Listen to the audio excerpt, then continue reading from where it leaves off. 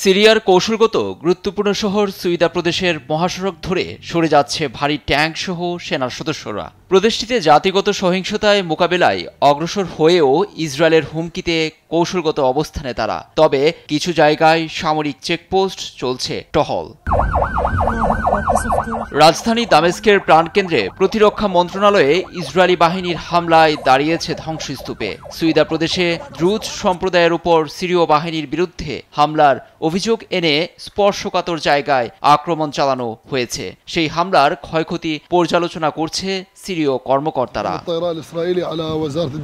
প্রতিরক্ষা মন্ত্রণালয়ে হামলায় কয়েকজন কর্মকর্তা ও কর্মচারী নিহত হয়েছেন। ভবনটি বাজেভাবে ক্ষতিগ্রস্ত, সাধারণ মানুষও আহত হন।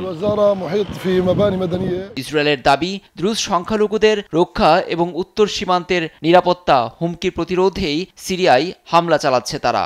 ইসরায়েলি হামলা প্রসঙ্গে জাতির উদ্দেশ্যে ভাষণে ক্ষোভ জানিয়েছেন সিরিয়ার অন্তর্বর্তী প্রেসিডেন্ট আল শারা।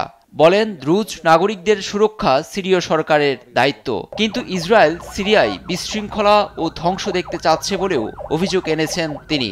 শারা আরও বলেন, দ্রুজদের বহির্শক্তির হাত থেকে তিনি রক্ষা করবেন। একই সঙ্গে তিনি যুদ্ধের ভয় না পেয়ে জনগণের স্বার্থে শান্তিপূর্ণ সমাধানের উপর জোর দিয়েছেন।